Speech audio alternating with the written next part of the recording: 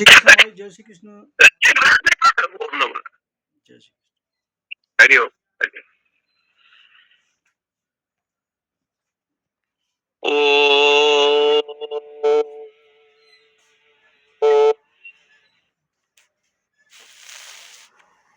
कृष्ण त्वदीय पद पंकज पंजरन्ते अद्येव मे विशतु मानसराजहंस 27 ग्राम। प्राण प्रयाण समये कफवात पित्तैः 27। कंठावरोधन विदो स्मरणं कुतस्ते ओम आप्यायन्तु ममांगानि वाक् प्राणश्चक्षुः श्रोतमतो बलमिन्द्रियाणि च सर्वाणि सर्वं ब्रह्मोपनिषदं मां ब्रह्म निराकुर्याम् मा ब्रह्म निराकरोद निराकरणमेऽस्तु निराकरणमेऽस्तु तदात्मनि निरते उपनिषस्तु धर्मास्ते मयि सन्तु ते मयि सन्तु। ओम शांति शांति शांति। शंकरं शंकराचार्यं केशवं बादरायणं सूत्रभाष्यकृतो वन्दे भगवन्तो पुनः पुनः। ईश्वरो गुरुरात्मेति मूर्तिभेद विभागिने व्योमवद्व्याप्त देहाय दक्षिणामूर्तये नमः। ओम शांति शांति शांति। श्री राम जय राम श्री राम जय जय राम श्री राम जय राम श्री राम जय राम श्री राम जय राम जय राम श्री राम जय राम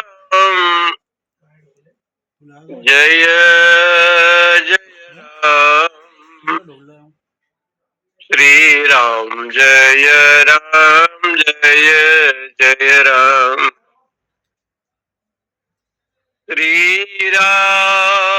जय राम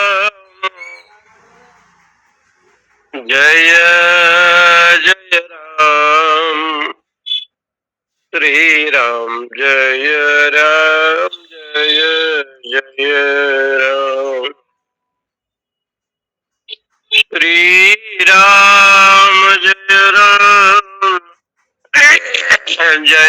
जय राम श्री राम जय राम। यह आत्मा अपहत पापमा बीजरो विमृतो विशोको बीजिघत्सो अपिपाशः सत्य काम सत्य संकल्प सो अन्वेष्टव्य स बीजिज्ञासितव्यो स सर्वाश्च लोकान् आप्नोति सर्वाश्च कामान् यः तमात्मानम् अनुप्रविश्य अनुविद्य बीजानाति इति अप्रजापतिरुवाच। शास्त्रों में इस बात का निरूपण किया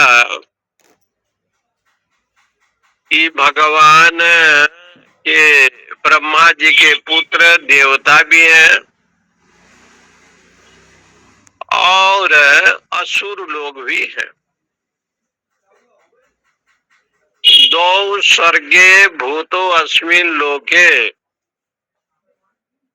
दैवो आसुर एव च। इस लोक में दो प्रकार के लोग रहते हैं, एक देव लोग रहता है, एक असुर लोग रहता है। जो दिव्य गुणों से युक्त होता है, दिव्यति प्रकाशयति इति देव। जो दिव्य गुणों से युक्त हो उसको लोग देवता कहते हैं। जैसे दिव्य गुण माने दया हो गया, दान हो गया, धर्म कार्य हो गया, सत्यवाणी बोलना, ये सब जितने भी सत्कर्म को जो करते हैं और कराते हैं अथवा सहयोग करते हैं उसी को देवता शब्द से कहा गया। और एक जो केवल असुर है, असुर का मतलब होता है जो केवल विषयों में ही रमण करते हैं, जिसके लिए ना भगवान का कोई महत्व नहीं है, न कोई भगवत चिंतन, न कोई स्वाध्याय, न कोई सत्संग,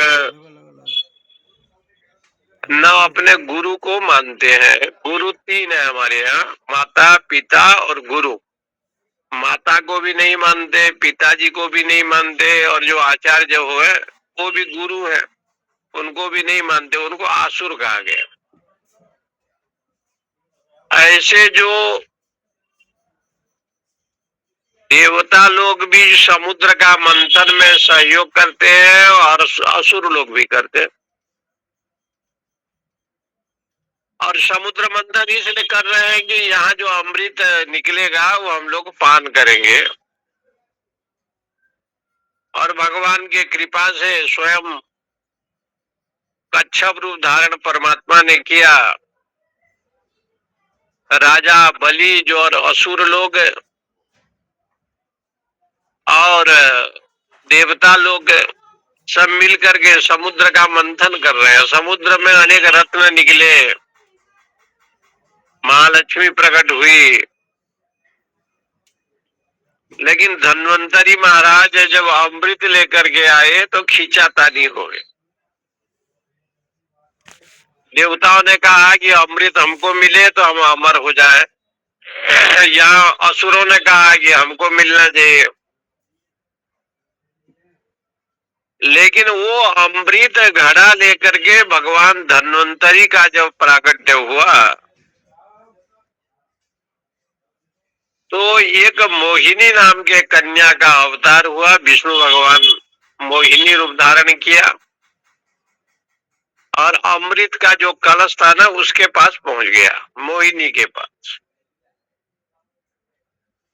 मोहिनी का अर्थ होता है जिसको देख करके सब लोग मोहित होते हैं, वो मोहिनी भगवान की एक दिव्य माया शक्ति।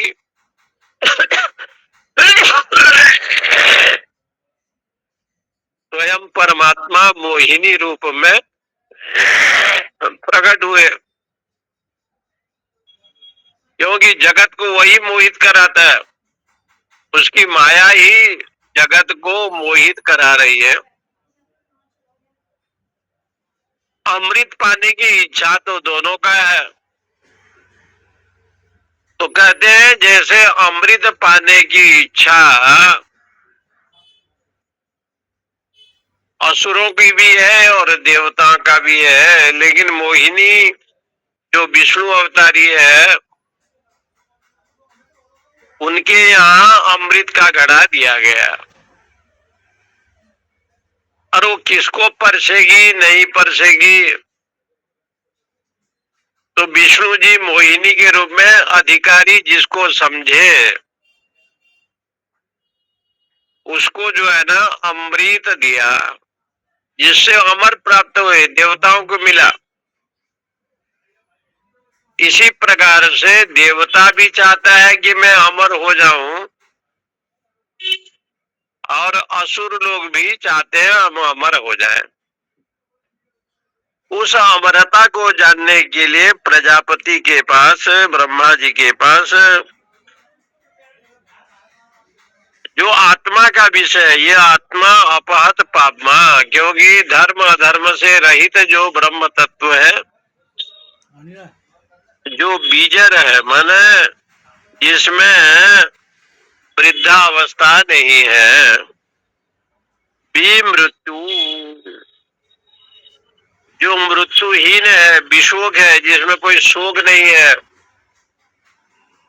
ऐसा तत्व को जानने के लिए देवता की ओर से राजा इंद्र और उस समय असुर के राजा रहा विरोचन, स्वामी उसका हिसाब कैसे होगा? क्योंकि हिरण्यकश्यपु को भगवान ने मारा नरसिंह अवतार में, उनके पुत्र रहे प्रहलाद, और ये हमारी प्रहलाद के पुत्र हुए विरोचन, वापस कर तो दिया था सामान। विरोचन के पुत्र पुराण में आगे आता है बलि महाराज। ये जो बलि राजा था, ये विरोचन का पुत्र रहा। 2 लाख में आप कट गया उसको। बलि का पुत्र रहा बाणासुर, कह रहे थे भाप काट दे, नहीं नहीं नहीं मान जो उषा कन्या की कथा आती है। हाँ पर्चा बना दे। हिरण्यकश्यपु बड़ा तपस्वी था, लेकिन भगवान विष्णु के प्रति शत्रु था। प्रहलाद जी भक्त हुए, पर्चा बना दे ते सुन।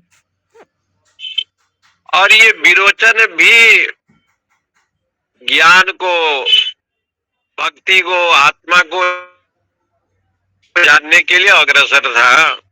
इसलिए विरोचन उस समय जो दैत्यों का राजा बना हुआ था, समग्र असुरों की तरफ से और देवताओं की तरफ से इंद्र और विरोचन ब्रह्मा जी के पास गए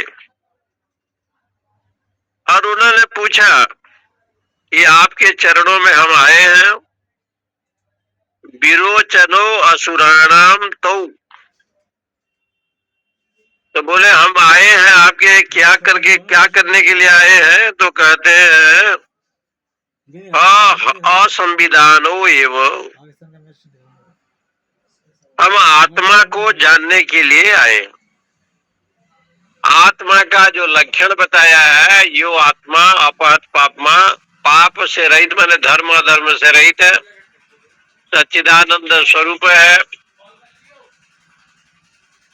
ऐसा जो आत्मा, उस आत्मा को जानने के लिए आपके चरणों में हम आए हैं। तो कहा कि आत्मा के विषय में जानने के लिए विरोचनो असुराणाम तो, जो असुरों के राजा रहे विरोचन और इंद्र समित पाणी प्रजापति सकाशम जगमतु, हाथ में समिधा लेकर के प्रजापति यानी ब्रह्मा जी के पास पहुंचे। जबकि देवता और असुर में राग द्वेष बहुत है, अब बड़े राग द्वेष से वहां पहुंचे। देवताओं का राजा इंद्र भी और असुर का राजा विरोचन, आपस में भयंकर राग द्वेष। लेकिन आत्मा को जानने के लिए प्रजापति सकाशम आजगमतु, प्रजापति के पास आए, क्योंकि आत्म विद्या बड़ा कठिन है, वो परंपरा के अनुसार मिलता है। माता जी गुरु है, पिताजी गुरु है, और जो आचार्य चरण है वो भी गुरु है। इसलिए ये तीनों गुरु की सेवा बताया है। और जिसके द्वारा जो है वो आत्मा को जानने की इच्छा से देवराज इंद्र भी गया और विरोचन भी गया। तो क्या किया? तो शास्त्र कहता है विद्या विनय संपन्ने ब्राह्मणे गविहस्तिनी सुनी चैव सोपाके च पंडिता शवदर्शिन।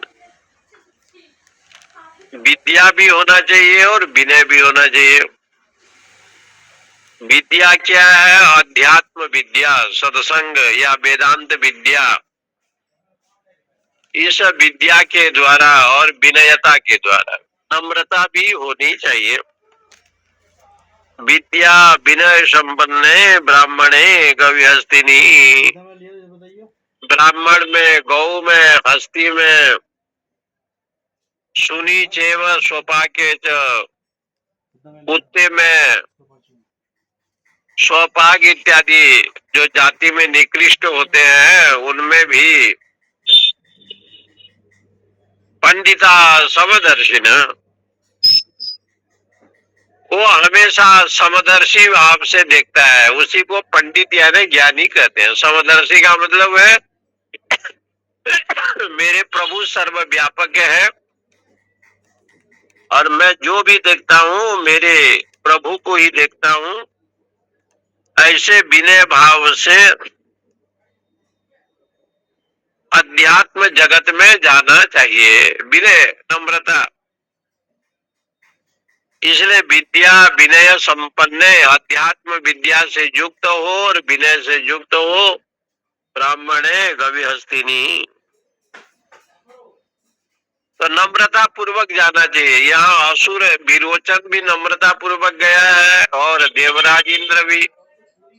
इंद्र स्वर्ग के अधिपति है, स्वतः अभिमानी है, और असुर तो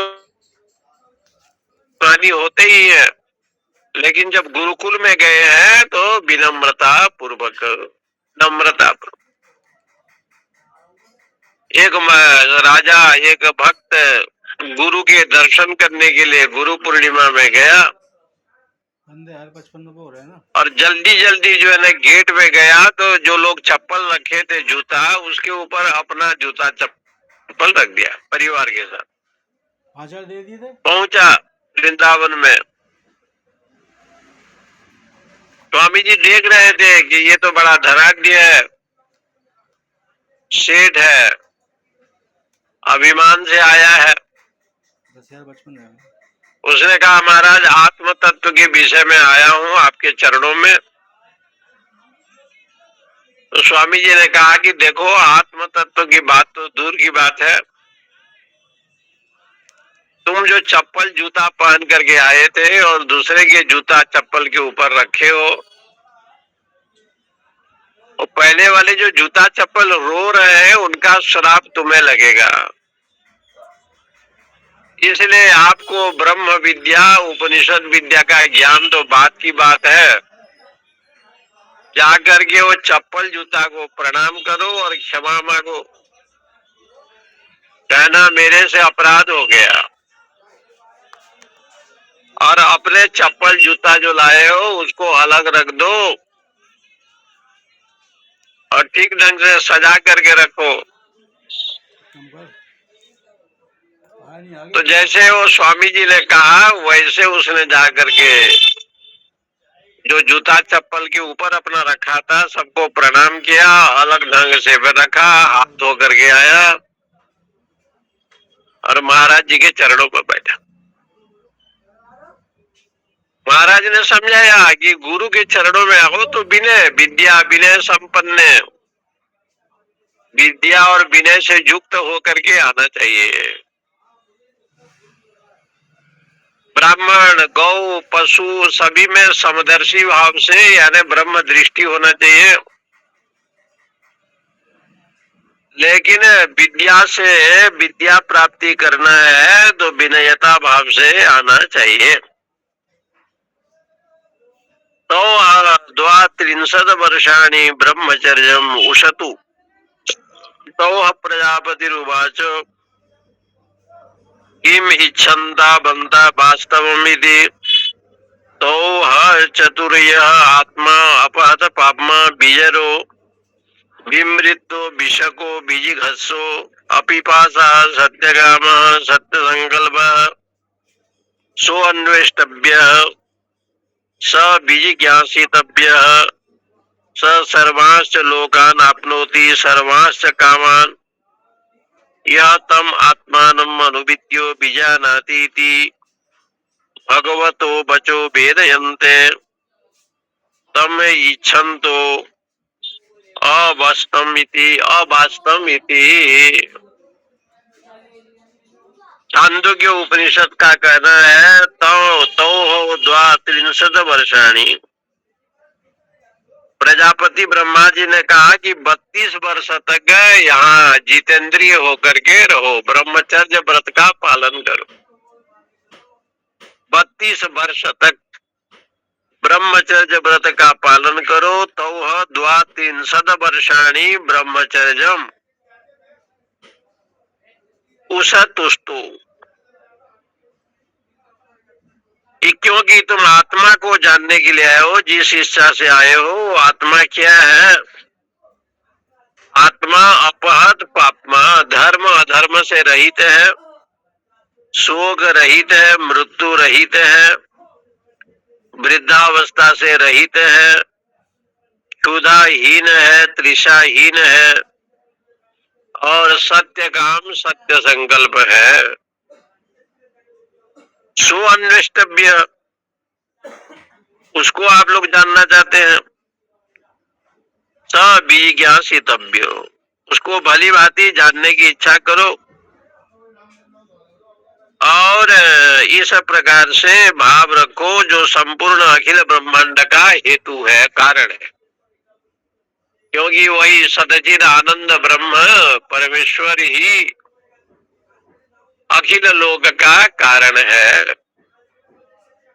उसको यदि जानना है, भगवतो बचो वेदयन्ते, जिसको वेद भगवान भी कहते हैं, तम इच्छन, उसको यदि जानना है तो द्वात्रिंशत् वर्षाणि ब्रह्मचर्यम उषतु, 32 वर्ष तक ब्रह्मचर्य का पालन करो। ऐसे भी शास्त्र में बताए। ब्रह्म माने परमात्मा, उसमें आचरण करो, ये भी है। या इंद्रियों का संयम करे, इसको भी ब्रह्मचर्य कहते हैं। ब्रह्म का एक अर्थ है वेद, वेदाध्ययन करना, इसको भी ब्रह्मचर्य कहते हैं। कहीं कहीं जगह पर ब्रह्म का अर्थ यज्ञ भी कहा है। यज्ञादि कर्म करना, इसको भी ब्रह्मचर्य कहते हैं। राग द्वेष इत्यादि को छोड़ो। तो प्रजापति उवाच एषो अक्षिणी पुरुषो दृश्यते एष आत्मा इति। उवाच एतद् अमृतम् अभयम् एतद् ब्रह्म इति यथा योऽयं भगवोऽप्सु परीक्षायते पश्चादयम् आदर्शे कथम एष इत्येषौ एव येषु सर्वेषु अन्तेषु परीक्षायते इति होवाच। तो देखो, देवता के राजा इंद्र को कहा कि ब्रह्मचर्य व्रत पालन करो, और असुर को कहा। दोनों के लिए बड़ा कठिन है, क्योंकि देवता लोग स्वतः भोगी होते हैं। पहन के आयो। स्वतः भोगी होते। और कहाँ से आ रहे हो? और वो देवता लोग दिव्य भोग से संपन्न होते हैं। गर्मी के दिन में लोग विश्वनाथ दर्शन करने आते हैं। काशी से लाए स्वामी दयानंद जी। तो बड़े बड़े सज्जन भी कभी कभी आते हैं, देखा। करोड़पति से अरबपति भी आता है, अरबपति से खरबपति आता है। कभी कभी जो है ना, शंखपति भी आता है। हवा चल रही। जो 100 करोड़ों का मालिक है, वो तो अरबपति हो गया। और उसके बाद चलता है खरब, खरब के बाद चलता है शंखपति। ताज हटोल भी उसके लिए कम है, बहुत कम। तो कभी कभी ऐसे ऐसे सज्जन आते हैं जो अपने आप में देवता के भोग से, देवता में इतना रहता है कि उनके शरीर में मलमूत्र नहीं निकलता। उनके लिए अलग से बाथरूम की व्यवस्था नहीं होता, नहाने की व्यवस्था नहीं होता। आप देवता की पूजा करते हैं मूर्ति में, तो जल देते हैं, चंदन देते हैं, घी देते हैं, और सूक्ष्म शरीर वाले और मनुष्य जो है स्थूल शरीर वाला है। चले आते यहाँ से चले आते हैं। 3-4 माह उसमें कभी कभी आसुर लोग बड़े बड़े आते हैं, चांदी की जिनका स्वभाव आसुरी स्वभाव के होता है, फेसबुक पे पोस्ट डाला 1 लाख लोगों ने। जो आसुरी स्वभाव से ही संपन्न होते। खाना पीना जितना भी विषय होता है वो सब रजोगुणी होता है। सत्संग स्वाध्याय भी श्रवण करना होता है तो छोटे मोटी व्यवस्था नहीं होता, बहुत उनके लिए दिव्य व्यवस्था चाहिए तो वो सुनेंगे। तो ये सब रजोगुणी की कथा है, क्योंकि असुर लोग जो है ना, असुसु विषयेषु गाली भी नहीं आएगी। इंद्रियेषु जे रमनते ते असुरा। आदमी पहले खर्चा चलाएगा। जो केवल विषय में रमण करते हैं उनको असुर कहा गया है। वो कैसे खरीदेंगे? इंद्रिय द्वार झरो खाना और ऐसा कोई जहता बैठे 25,000 सुर करिथान। आवत देख विषय बयारी ते हटि दे कपाट उघारे। असुर का लक्षण गोस्वामी जी ने लिखा है, आपके आशीर्वाद से महाराज जी के पास जो केवल इंद्रियों के विषय में ही रमण करते हैं, इंद्रियों को आनंद देते हैं, बुला लिया नोएडा। ऐसा जो लोग हैं वो भी कभी सत्संग श्रवण इत्यादि करते हैं। अमेरिका के डॉक्टर हैं, वहाँ जितने जो केवल विषय में रमण करते हैं वो लोग भी सत्संग सुनते हैं। ये जो है ये नहीं है कि नहीं सुनते हैं, उसको कहा असुर। इसलिए ब्रह्मचर्य अवस्था के लिए प्रजापति जी ने कहा कि भाई पहले अधिकारी पुरुष बनो। साधना में यही है, आप ब्राह्मण है, क्षत्रिय है, वैश्य है, शूद्र है, उसका मतलब नहीं है। आप बहुत धनी है कि गरीब है, उसका महत्व नहीं है। आप एक उत्तम अधिकारी बनो। वहाँ से वो रिपोर्ट भेजते हैं। और जब तक उत्तम अधिकारी नहीं बनोगे, क्या दवा देनी चाहिए? श्रद्धा भक्ति ज्ञान वैराग्य से युक्त जब तक नहीं होगा, तब तक जो है ना वो आत्म तत्व का ज्ञान उसको नहीं हो सकता ना। आत्म तत्व का ज्ञान नहीं हो सकता। गोकर्ण तो भागवत की कथा कराते हैं तो अपने के लिए नहीं कराते, वो धुंधुकारी के लिए कराते। इतना बड़ा विद्वान उनके पिता आत्मदेव ब्राह्मण, 60,000 से तो शुरू हुई है, 50,000 आसुरी प्रवृत्ति उनके माता जी धुंधुली, तो 100 भी सही है। बेटा हुआ धुंधुकारी, भाई अभी तो नोएडा आया, अभी वहाँ पे कल गया, फिर बाद में आया। लेकिन आत्मा बन करके जब धुंधुकारी आया तो उसको मोक्ष प्रदान करने के लिए श्रीमद् भागवत कथा का आयोजन भगवान सूर्य नारायण से गोकर्ण महाराज ने कराया। 1 लाख लोगों ने देख लिया। और 7 दिन की कथा होनी थी तो एक दिन में बांस रखा गया। स्टेटस पे देख लो, उस पर क्लिक करके आ जाएगा। तो एक दिन की कथा जब हो जाए चांदी का ब्रेसलेट है। तो बांस का टुकड़ा जो है ना फटने लगता था, एक गांठ फट जाता था अपने आप। ऐसे करके 7 दिन में 7 गांठ फट गया। तब भगवान सुखदेव जी ने कहा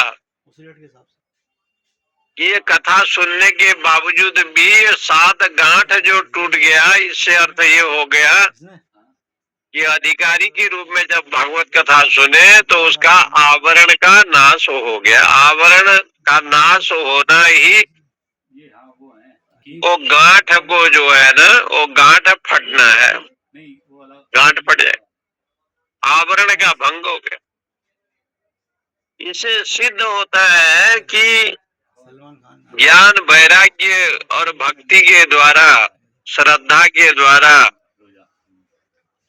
व्यक्ति उस परमात्मा को जानता है। इसलिए उन्होंने कहा कि ब्रह्मचर्य का पालन करो। सर्वे वेदा यद पदम आमनंती तपांसि च सर्वाणि यद वदन्ति यदि छंदो ब्रह्मचर्यम चरन्ति तत्ते पदम संग्रहेण ब्रवीमि ओम इति। तत् कठोपनिषद में आया। महात्मा नचिकेता जी के प्रति भगवान यमराज ने इस बात को उठाया कि पहले ओम का उच्चारण करो। और प्रजापति ने इस आदेश का जब दिया तो उन लोगों ने पालन किया। फिर कहा कि जो तुम्हारे नेत्र में दिखाई देता है ये आत्मा है, वही अमृत है, वही अभय है, वही ब्रह्म है। और जो जल में प्रतीति हो रहा है, जो दर्पण में दिखाई देता है, एमपी से कब लौटे? तो दोनों ने पूछा, इंद्र और विरोचन ने, कि ठीक है ये जो पुरुष है नेत्र में दिखता है वो आत्मा है, तो जल में जो दिखाई पड़ता है अथवा दर्पण में जो प्रतिबिंब दिखाई पड़ता है वो क्या है? उसमें आत्मा कौन सी आत्मा है? एसो अक्षिणी पुरुषो निवृत चक्षु भीर। इसलिए कहते हैं जो आंख में दिखाई पड़ रहा है वो तो ठीक है, आत्मा समझ गए।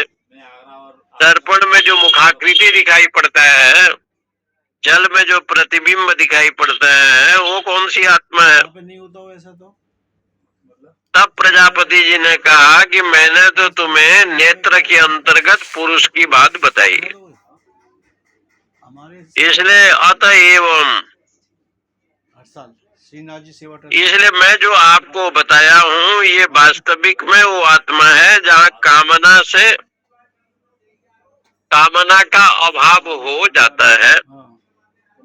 अयम योयम हे भगवो अवशु परीक्षायते। तो जहाँ व्यवस्था नहीं होती वहाँ करते। और ये जो प्रतीति हो रहा है संसार है, ये क्या है? वहाँ वो लोग रहते हैं जंगलों में।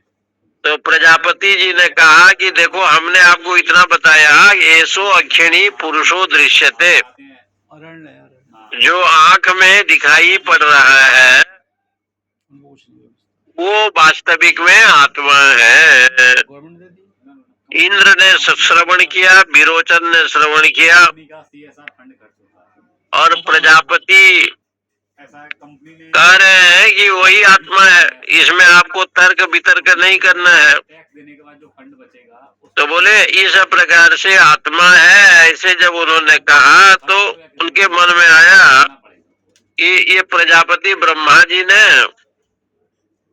हमको जो है मिथ्या भाषण तो नहीं कराया, मिथ्या वचन तो नहीं किया। उद सरावात्मानम अवेक्ष्यो यद आत्मनो न बीजानीथ तन्मे प्रवृतम इति तो उद सरावे अपेक्षा आचक्रांते तो प्रजापतिरुवाचो किम पश्यत इति तो होचु ओचतु सर्वम एवं इदम आवाम भगव आत्मानं पश्यावह आलोमभ्य आनखेभ्य प्रतिरूपम इति। तब कहते हैं कि एक सकोरे लाया और एक बहुत बड़ा सकोरा घड़ा का, उसमें जल भर दिया, उसको कहते हैं उद शराब। उदक हो गया जल, शराब हो गया घड़ा, उसको संस्कृत भाषा में कहते हैं उद शराब। माने ये जो घड़ा है यानी सकोरा, ये जल से भरा हुआ है। कहा आत्मानम एव अवेक्ष्य, तुम अपने आत्मा को देखो। जल शराब में, जल में यानी घड़े के अंदर जो जल है उसको कहते हैं उद शराब। तो कहा कि इसमें तो आत्मा को देखो, यद आत्मनो,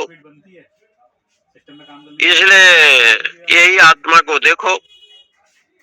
तो उन लोगों ने जल में जो है ना सकोरे को देखा, घड़े में चारों तरफ जल है ऐसे देखा। तो प्रजापति ने जो पूछा तो अब प्रजापति उवाच किम पश्यत इति, तुम लोग क्या देखते हो? तो इंद्र और विरोचन ने कहा कि हम लोग तो कुछ नहीं देख रहे हैं, यही देख रहे हैं। तो कहा कि ये घड़े को तुम देख रहे हो कि जल को देख रहे हो? उन्होंने कहा कि भगवान हम तो आत्मा को ही देख रहे हैं, अपना जो मुख के प्रतिबिंब दिखाई दे रहा है। उन लोगों ने कहा ये आत्मा है। तो बोले और कोई दिखाई दे रहा है? बोले आलोमभ्य, लोम दिखाई पड़ रहा है, शरीर में जो बाल है वो दिखाई पड़ रहा है, नाखून दिखाई पड़ रहा है, शरीर के लोम से लेकर के नख पर्यंत तक जैसे है वैसे हमको दिखाई पड़ रहा है। तब प्रजापति ब्रह्मा जी ने कहा कि प्रजापते न निवेदितम इदम अभाभ्याम, हम तो आपको ये समझा रहे हैं कि यही आत्मा है और इसी को ही आत्मा के रूप में जानना चाहिए। तो शांत हृदयो प्रव्रजतु, तब दोनों के मन में आया कि आत्मा का प्रसंग यहीं पर इतना ही है, तो बड़े शांत हो गए।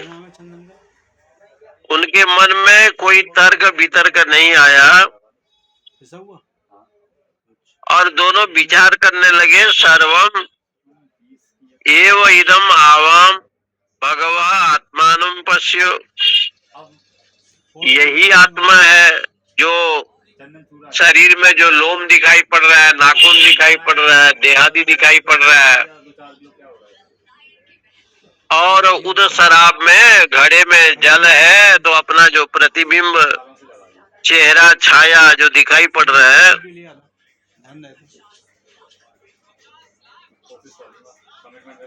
प्रजापति ब्रह्मा जी ने ऐसे कहा। तो अब प्रजापति रुवाचो, उन दोनों से प्रजापति ने कहा कि तुम लोग को अच्छा ज्ञान हो गया, साधु अलंकृतो सुवसनो परिष्कृतो, तुम लोग अच्छे, तुम लोग सुंदर कपड़ा पहनो और अच्छा परिष्कृत बन जाओ, सुंदर वेश धारण करो, भूतो उद शराबे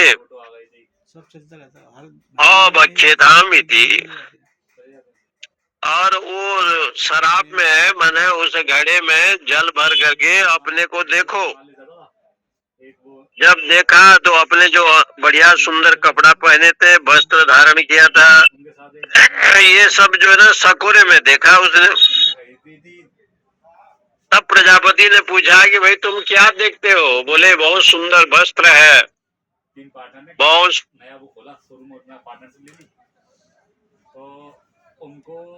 दिखाई पड़ा। तो कहा बस यही आत्मा है, इसी को ही आत्मा समझो। आप दोनों महानुभाव यह न आदि देशश्च यदजात, अरे भाई आप दोनों जो है जैसे वस्त्र पहने हो तद अनुसार दिखाई दे रहा है, तो इससे सिद्ध होता है कि आत्मा कोई अलग 2 लाख के आसपास था ना, कम थी 160 के आसपास था। अब तो 16 इसे शास्त्रों में बताया। भगवान राम जी जब आए और विश्वामित्र महामुनि उनको लेकर के जब आए, तो राम जी कौशल्या से मिलने के लिए गए कि विश्वामित्र महामुनि आए हैं, हमको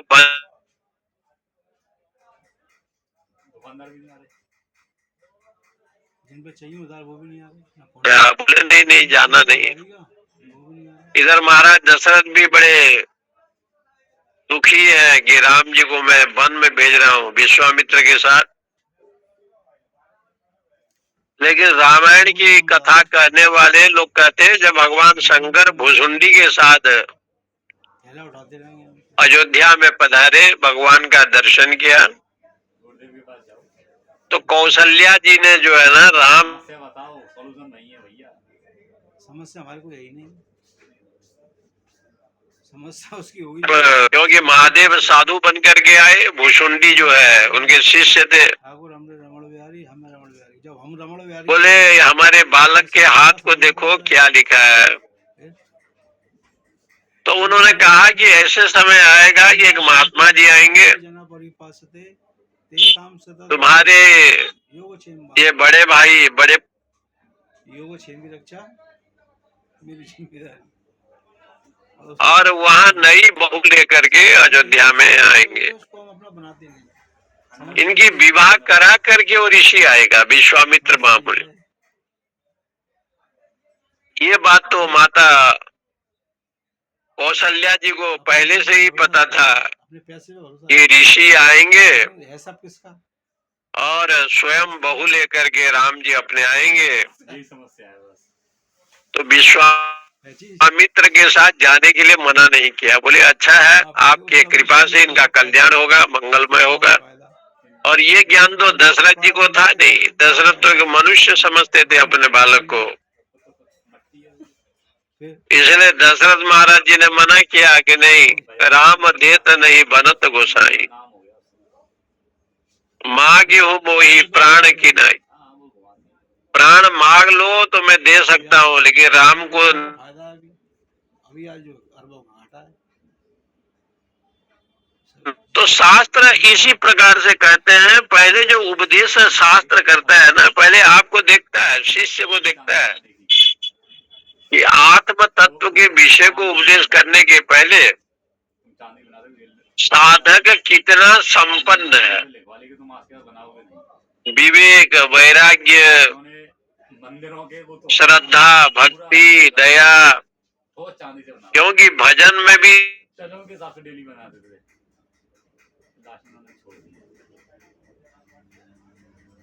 कथा में ये लिखा था कि संत तुकाराम पंढरपुर में रहते थे और तुकाराम की पत्नी रोज लड़ाई झगड़ा करती थी। पूरा उनके गांव के लोग जानते थे, पड़ोसी के लोग जानते थे। एक अभी भी याद है, गीता जयंती पे गए थे, उसके बाद मना कर रहा था कि हमको विवाह नहीं करनी है। अपने मतलब की दवा नहीं। अंतिम में उस पुत्र से घर वालों ने पूछा कि तू विवाह क्यों नहीं करेगा, समय हो गया। तो पुत्र ने कहा यदि तुकाराम जी कह दें कि विवाह करना है तो हम कर लेंगे। क्योंकि संत तुकाराम की पत्नी बहुत झगड़ालू थी, ऐसे कथा लिखी है, रोज वाद विवाद करती थी। जब ये घर वाले गए, वो बेटे को लेकर के तुकाराम जी को प्रणाम किया, कहा महाराज इनको विवाह करनी है, ये मना कर रहा है। संत तुकाराम ने कहा कि आज ही विवाह कर लो, जल्दी कर लो। विवाह शादी में, शुभ कार्य में देरी नहीं होना चाहिए। उनका पुत्र जो है ना, माथे में हाथ रख दिया कि महाराज ने क्या कह दिया।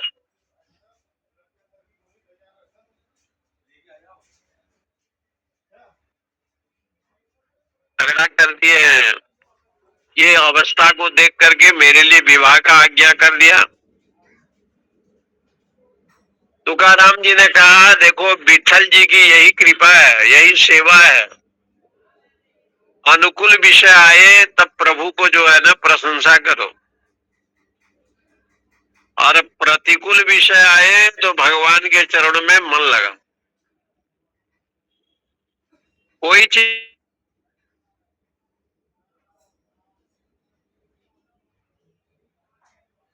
कृपा है और अनुकूल नहीं है, प्रतिकूल हो गया, तो उस समय जो है ना भगवान में मन लगाओ, वही मंगलमय है। मंगलम भगवान विष्णु मंगलम गरुड़ध्वज, सर्व मंगल मांगल्ये शिवे सर्वार्थ साधिके। अनुकूल। अहमदाबाद में एक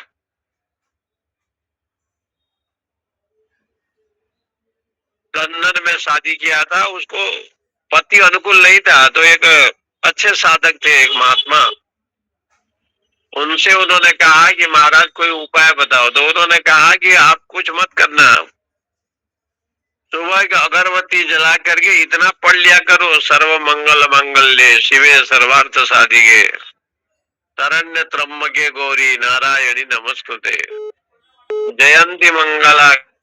Incoming voice call from BJP.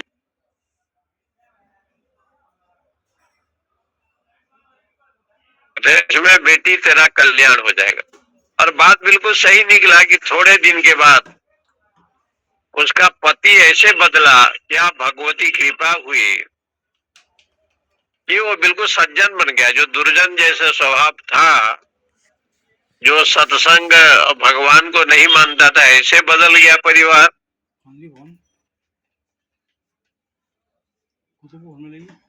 ने कहा कि धन्य है आप। तो संतों की वाणी कभी निरर्थक होता नहीं है। संत भगवंत है, भगवान है। इसलिए तुकाराम जी ने कहा कि अनुकूल व्यवस्था है, पत्नी तुम्हारा बहुत अच्छा मिल गया तो ठीक है, प्रभु का हो धन्यवाद दो। यदि पत्नी केवल लड़ाई झगड़ा करती है तब भी भगवान से कहो कि आपकी बड़ी कृपा है कि मैं भजन कर लूं। पांडे जी का फोन आया था, उनसे कहो तो मीटिंग चल रही है मेरी, थोड़ी 15 मिनट बात करता हूँ।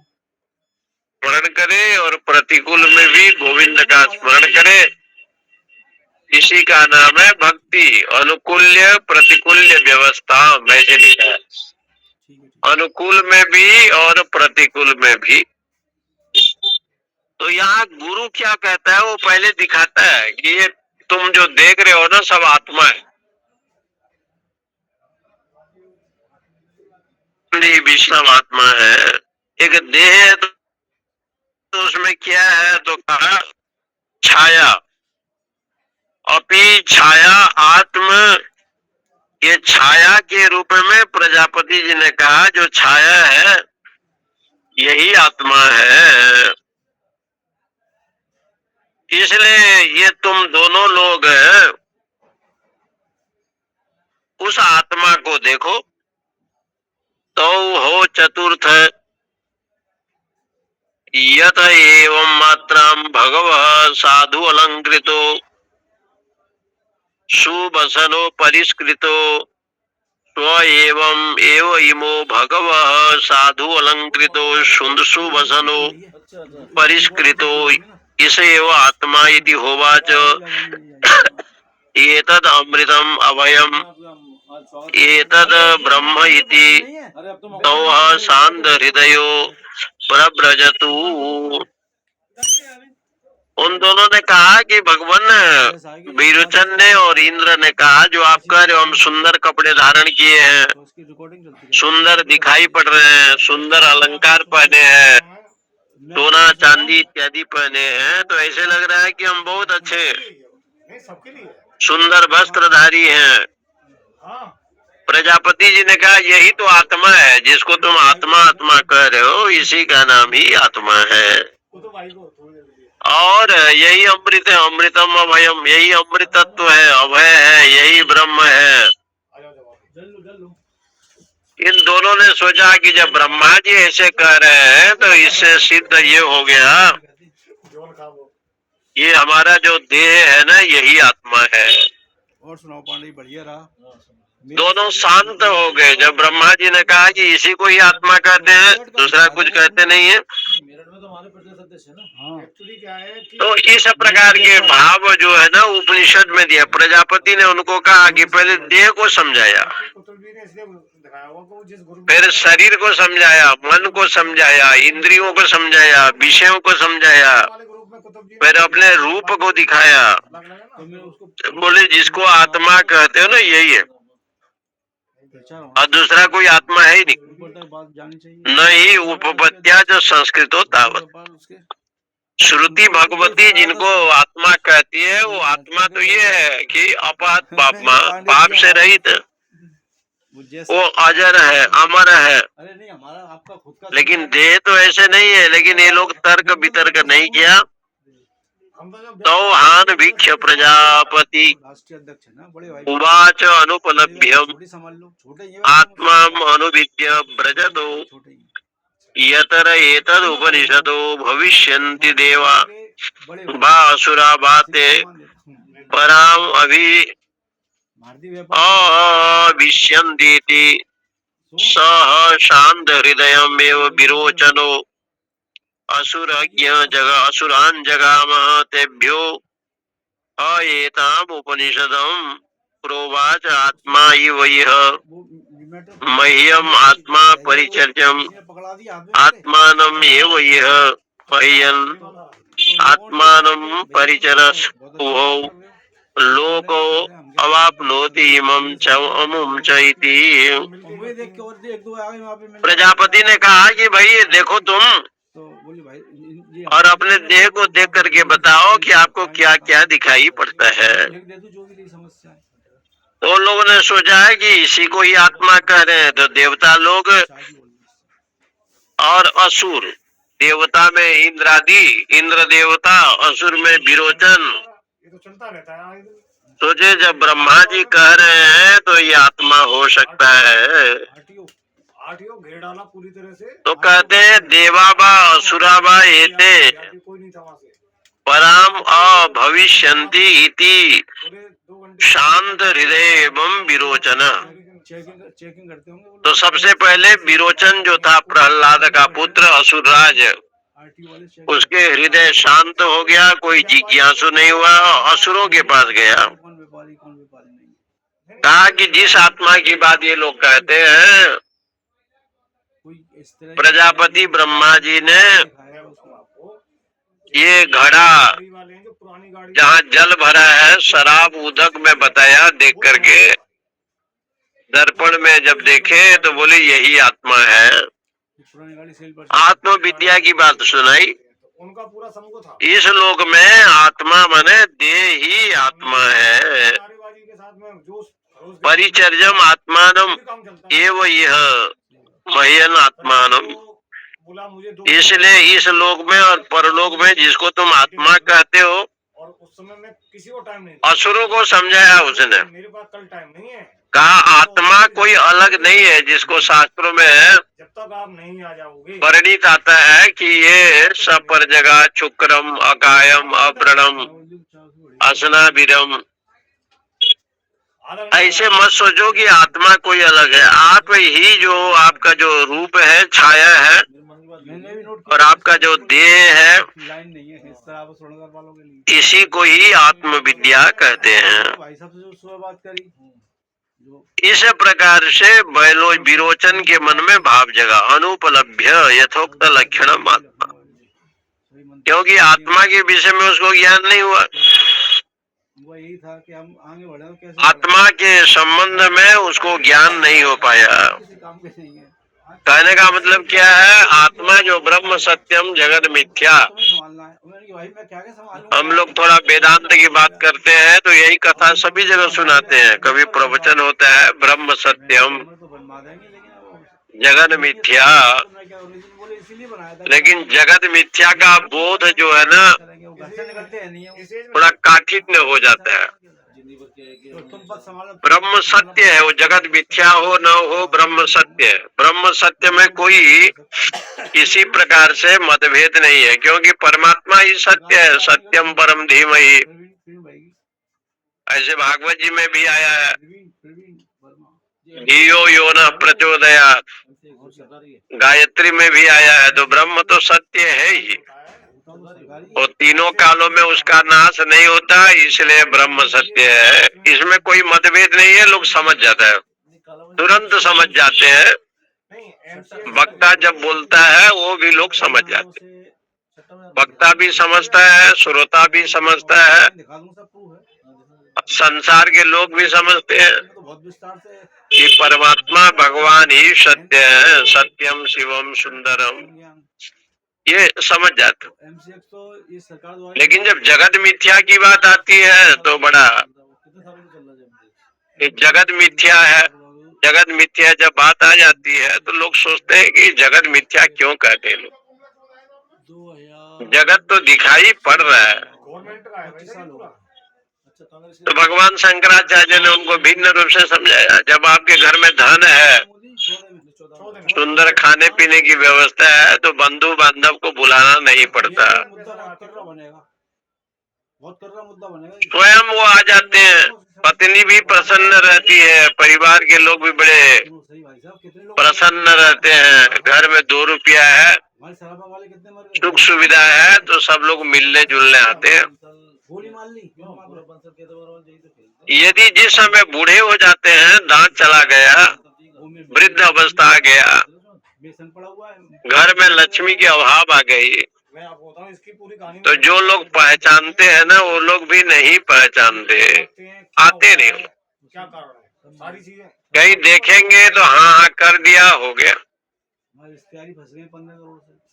तो उनके मन में आया, भगवान शंकराचार्य ने, तो आपकी जगत सत्य है कि मिथ्या है? जो कल रोज आ रहे थे, वो लोग उसमें फंस आज नहीं आते।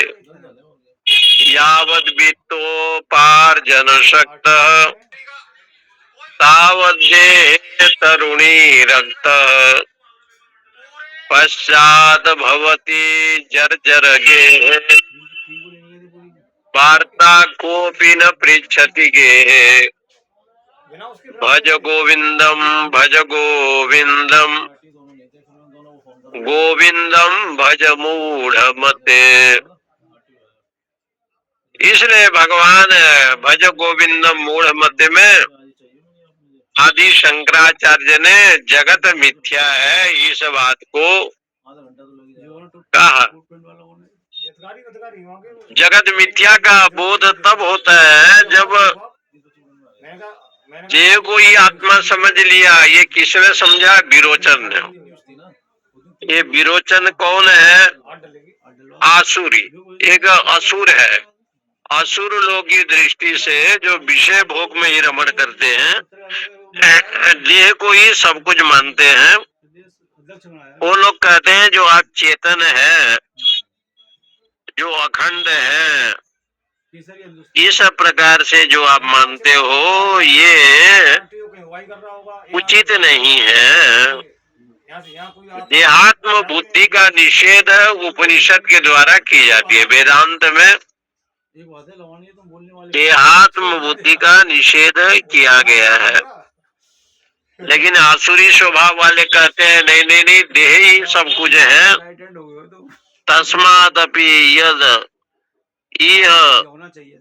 आददानम अश्रद्धानम अयजमानम जो सही आहु आसुरो जो सच्चा आदमी होगा बदिति असुराणाम वो एत उपनिषद एतस्य शरीरम भिक्षया वसन येन अलंकरोणि अलंकारेण इति स संस्कुर्वन् इति एतेन हि अमुलोकम जैष्यन्तो मन्यन्ते। इसलिए कहते हैं लोग में दान देने वाले भी बहुत हैं, न देने वाले भी हैं, श्रद्धा नहीं करने वाले भी लोग हैं, यज्ञादि कार्य नहीं करने वाले भी हैं। तब भी पुरुष अपने कर्म में प्रयुक्त होता है। पवित्र है ना, परंतु आसुरी स्वभाव वाले जो लोग हैं वो कहते हैं देखो भाई, देह ही सब कुछ है। उसको कोई रोक नहीं सकता है। जितना गंध पुष्प अक्षय जो भी आप देते हैं, ये देह को ही देते हैं। इसलिए आपका देह यदि सुसज्जित है, सुंदर है, स्वस्थ है, तो यही आत्मा है। इस प्रकार से भाव यहाँ 4 बजे का बैलोचन माने विरोचन के मन में आया, इसलिए उसके मन में ये भाव आया जिसको ये कहते हैं यावत जीवम सुखम जीवेत ऋणम कृत्वा घृतम पिबेत भस्मी भूतस्य देहस्य पुनरागमनः कुतः। ये चार्वाक सिद्धांतों को अपनाने वाला ये प्रहलाद के पुत्र विरोचन तब से असुर और विषय भोगों के लिए ये हो गया कि देह ही आत्मा है। जो आंख में देखते हो यही आत्मा है। तो शरीर को आत्मा मानने के लिए वो असुरों को बताया। ऐसे बात यहाँ पर आया। ओम पूर्णमद पूर्णमिदम पूर्णात् पूर्णमुदच्यते पूर्णस्य पूर्णमादाय पूर्णमेवावशिष्यते। ओम शांति शांति शांति।